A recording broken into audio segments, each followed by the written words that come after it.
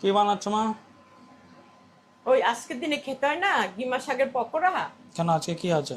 আজকে সংক্রান্তি আছে না, আচ্ছা, তিতর ডাল আর এগুলো খেতে হয়। ঠিক আছে বানাও। এর মধ্যে আমি এগুলো ঢেলে দিচ্ছি। এখানে বেসন আছে, চাল গুঁড়ি আছে, নুন আছে, হলুদ আছে, একটু লঙ্কার গুঁড়ো আছে।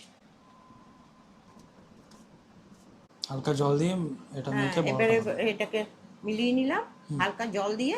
এবার এটাকে ভালো করে মেখে মাখা রেডি হয়ে গেছে, মা বড়া বানাবে এখন।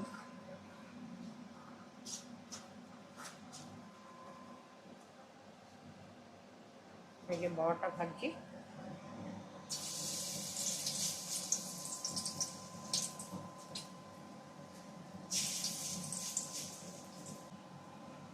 তো ডিমা সাহেবের পকোড়াগুলো রেডি, মা বার করে দিচ্ছে।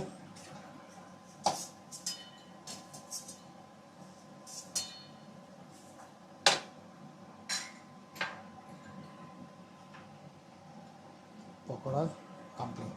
নুন হলুদ